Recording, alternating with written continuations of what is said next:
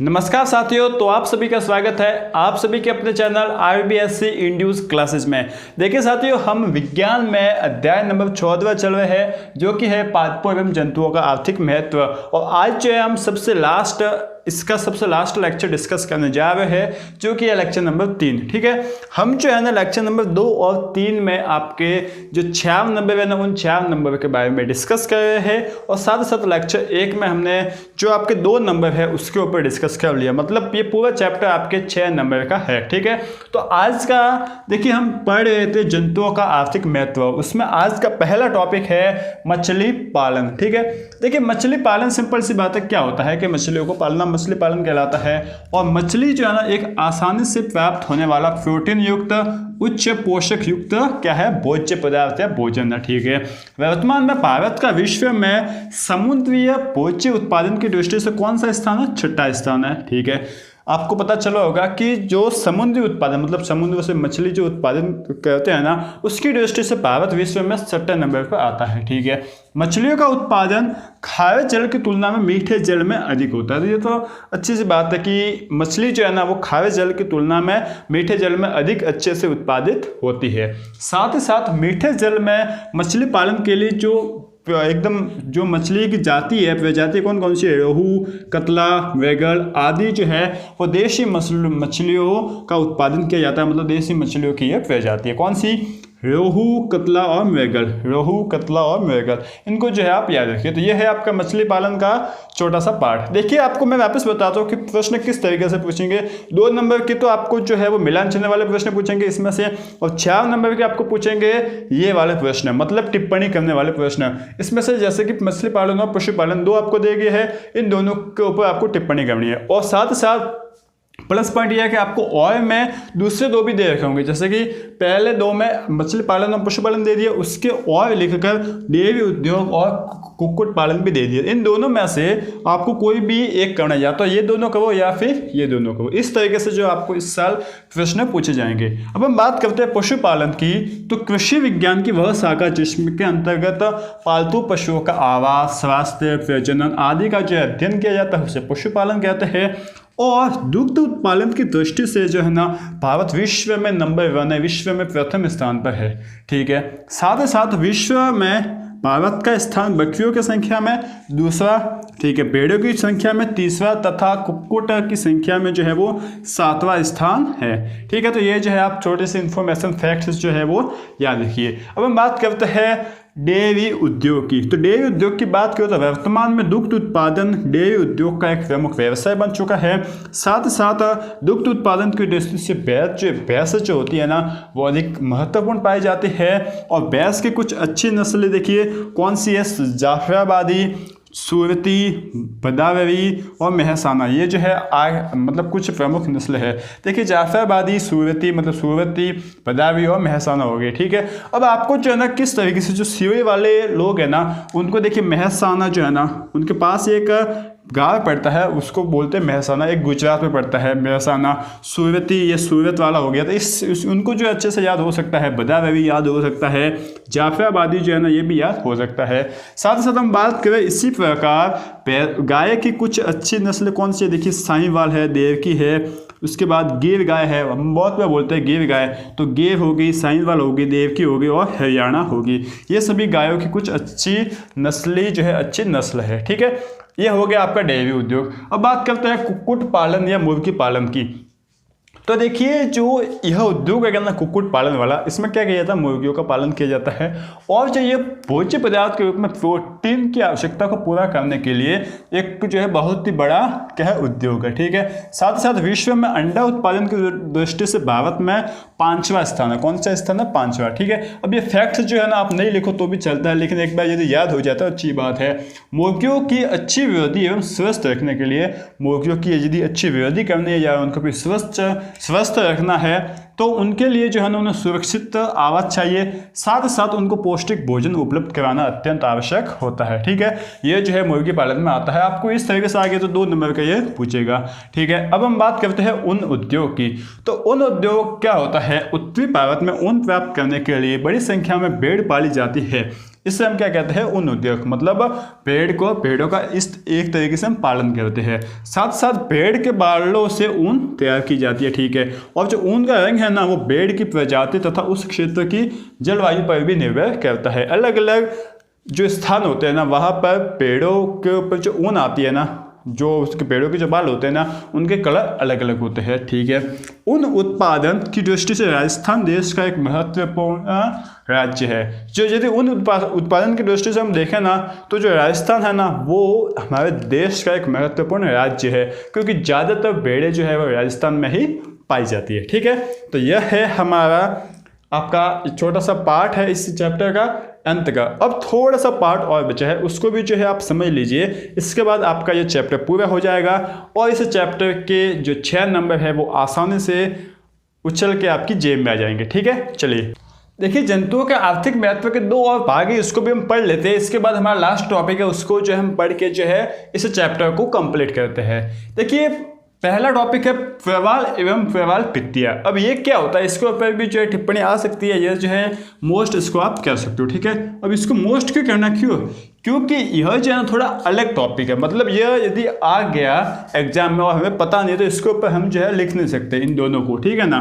बाकी सबके ऊपर तो हम थोड़ा बहुत लिख सकते हैं, लेकिन इनके ऊपर बिल्कुल भी लिख नहीं सकते। तो इसको जो है हमें अच्छे से याद करना। देखिए क्या है, एकल या निपही पॉलिप जो होते हैं ना, वो कैल्शियम कार्बोनेट का बना एक कंकाल स्रावित करते हैं। मतलब क्या करते हैं, कंकाल जो है ना वो बाहर फेंकते हैं, ठीक है। एक तरीके से किस तरीके से अपन पानी बाहर आता है, स्रावित करते हैं, रस का श्रावण होता है।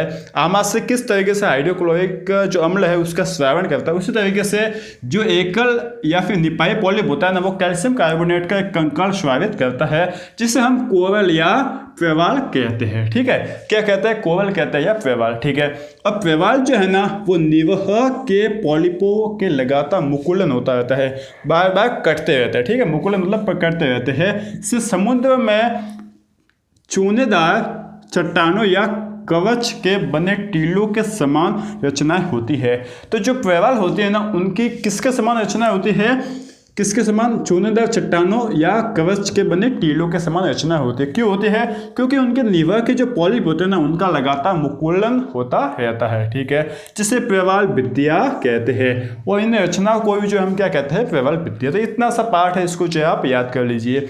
अब हम देखते हैं मोती या मुक्ता संवर्धन। ये सबसे मोस्ट टॉपिक है। इसमें होता क्या, देखिए एक मॉलस्क का संघ होता है। अपने 9 में पढ़ा होगा, बहुत से संघ होता है। मॉलस्क का संघ होता है, ऑर्थोपोडा होता है, सिलेंट्रेटा होता है, ये बहुत से संघ होते हैं। इसमें हम जंतुओं को वर्गीकृत करते हैं। इसी तरीके से एक मॉलस्क का संघ होता है, उसके जंतु जितने भी जंतु होते हैं ना, वो आर्थिक रूप से जो मानव के लिए बहुत ही महत्वपूर्ण, बहुत ही उपयोगी होते हैं, ठीक है।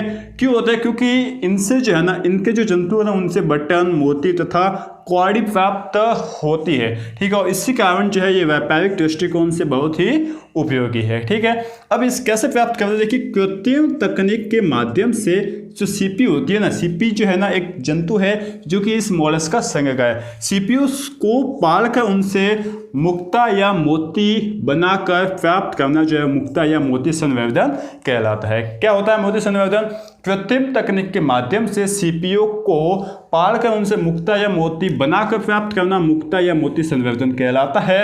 मोती एक मूल्यवान क्या है, रत्न माना जाता है, जो प्राय सफेद चमकीली गोलाकार संरचना होती है। क्या कौन सी कैसी होती है, सफेद भी होती है, चमकीली भी होती है और गोलाकार संरचना होती है, जिसे मोलस्का जो होता है वो अपने कवच के नीचे स्वयं की रक्षा के लिए श्रावित करते हैं। मोलस्का संघ के जितने भी जंतु हैं, जैसे कि ये सीपी है, वो अपनी रचना के लिए अपने बॉडी के अंदर जो है ना इस मोती को श्रावित करता है, ठीक है, बनाता है। मतलब सीधी सा बात ये है। तो ये है आपके जंतुओं के आर्थिक महत्व, ठीक है। इतना जो है आपको समझ में आ गया। अब सबसे लास्ट टॉपिक पढ़ लेते हैं, जो कि कौन सा, जंतुओं के अन्य महत्व, मतलब और क्या क्या महत्व, उसको भी पढ़ लेते हैं। इसके बाद पूरा चैप्टर, पूरे 6 नंबर आपकी झोली में चले जाएंगे। बस लाइक तो करते रहिए वीडियो को, ठीक है। अब देखिए जंतुओं के अन्य महत्व में सबसे पहला है रंग। जंतु से रंग भी बनाए जा सकते हैं। कैसे, देखिए कुछ शल्क कीट जो होते हैं ना, वो क्या होते हैं कि जो कैक्टस होते हैं ना, उन कैक्टस पर रहते हैं, ठीक है। और साथ ही साथ उनके सूखे शरीर, जब वो मर जाते हैं तो उनके सूखे शरीर से टैनिन और कोकिनोल रंग प्राप्त किए जाते हैं। ये 2 रंग कैसे प्राप्त किए जाते हैं?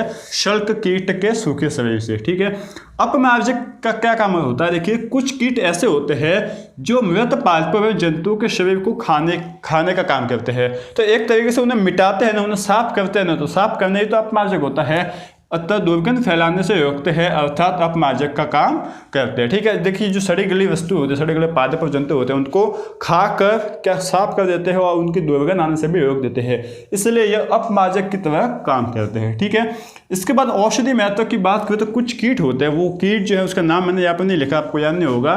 कुछ कीट होते हैं वो क्या करते हैं?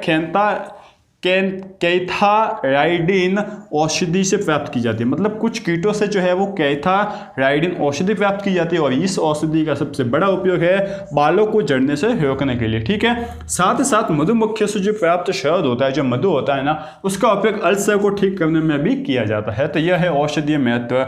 अब भोजन के रूप में देखिए, मानव जो है, मनुष्य जो है वो भोजन के रूप में बहुत से मांस खाते हैं। तो ये क्या है? मांस के रूप में ही तो उसका उपयोग आता है। जैसे कि मांसाहारी जो मनुष्य होते हैं वो मेंढक, छिपकलियों, सांप, मछलियों आदि को भोजन के रूप में खाने का काम करते हैं। इसलिए ये जंतु जो है वो मानवों के पेट भरने में भी, मतलब भोजन के रूप में भी काम आते हैं। और लास्ट है पादपों में परागण। देखिए, परागण जो है ना, आगे भी आया था टॉपिक, ये मधुमक्खी वाला जब हमने टॉपिक पढ़ा था ना, मधुमक्खी पालन, उसमें भी आया था। ये परागण होता क्या है? देखिए, पादपों में भी निषेचन होता है। मतलब जिस तरीके से मनुष्य में जनन क्रिया होती है ना, उसी तरीके से पादप जो होता है ना, जितने भी पेड़ पादप की बात कर रहे हैं, तो उनमें भी जो है वो जनन की प्रक्रिया होती है। ठीक है, अब उनमें जनन करने के लिए जो है ना, उनका निषेचन करना पड़ता है, और निषेचन के लिए परागण बहुत ही उपयोगी होता है। और इस परागण की क्रिया को जो है ना, कौन पूरे करते हैं? जो जितने भी मधुमक्खी वगैरह होती है, कीट वगैरह होते हैं, वो एक पादप से दूसरे पादप पे जाते हैं ना, तो जो है ना, कुछ परागण उनकी जो टांग वगैरह होते हैं, पैर वगैरह होते हैं, वहाँ पर चिपक जाते हैं और दूसरी पौधे के ऊपर जाकर बैठते हैं, पादप के ऊपर जाकर। तो इस तरीके से उनमें परागण की क्रिया हो जाती है। तो परागण की क्रिया करने में भी जो है इन जंतुओं का बहुत ही महत्व है। देखिए, पुष्पी पादप जितने भी होते हैं ना, पुष्पी पादपों के निषेचन के लिए परागण की क्रिया का होना अत्यंत आवश्यक है। और यह क्रिया कौन पूरी कराता है? जंतु, मतलब कीट, पौधे, जितने भी कीट होते हैं ना, या फिर कीट जो होते हैं ना, वो इस परागण की क्रिया को पूरी कराते हैं। ठीक है दोस्तों, तो यह है आपका पूरा चैप्टर। उम्मीद है कि बहुत ही अच्छे से आपको जो है समझ में आया होगा, पढ़ने का बहुत ही अच्छे से आपको जो है मजा आया होगा। और इस इस जो चैप्टर है, इस चैप्टर्स के जो नोट्स है, हैंड नोट्स है, वो इस वीडियोस के डिस्क्रिप्शन बॉक्स में दे रखे। आप जाकर उसे डाउनलोड कीजिए, पढ़िए, और जो है ना, अपने बोर्ड में अपना जो सपना है, उस सपने को पूरा कीजिए। ठीक है दोस्तों, और आपको इस चैनल RBSC इंड्यूस क्लासेस में मजा तो आ ही रहा होगा। यदि मजा आ रहा है ना, तो कहने की जरूरत नहीं है, वीडियो को लाइक कीजिए, जो आपको डाउट है वो हमें कमेंट करके बताइए, हम उसका पूरा सॉल्यूशन देंगे। और साथ ही साथ चैनल को सब्सक्राइब करते रहिए। और एक और काम है, बस थोड़ा सा काम है, आप थोड़ा सा काम हमारे लिए भी कर लिया कीजिए, कि अपने जो दोस्त होते हैं ना, क्लास ग्रुप से है ना, उसमें हमारे चैनल को, इस वीडियो को, जो आपको अच्छा लगता है, शेयर कीजिए। वीडियो को शेयर करते रहिए। ठीक है, इससे देखिए हमारा फायदा है, साथ साथ आपका भी फायदा होगा, क्योंकि हमारा जो प्लेटफॉर्म है उससे ज़्यादा स्टूडेंट्स आकर जुड़ेंगे ना, तो हमें और भी मोटिवेशन मिलेगा, और हम जो है और भी हाई क्वालिटी, और भी नई नई सीरीज लाने की कोशिश करते रहेंगे। ठीक है, हमें भी मोटिवेशन चाहिए होता है, और हमें मोटिवेशन मिलता है सिर्फ आपसे। आपकी एक कमेंट, यस सर हमें समझ में आ गया, उससे हमें इतना फायदा मिलता है, आपको जो है हम बयान नहीं कर सकते। बस आपका एक कमेंट जो होता है ना, वो हमारे लिए एक दवा का काम करता है। ठीक है दोस्तों, तो कमेंट करने में कोई कंजूसी ना कीजिए, और साथ ही साथ चैनल को सब्सक्राइब तो करते ही रहिए। ठीक है, थैंक यू।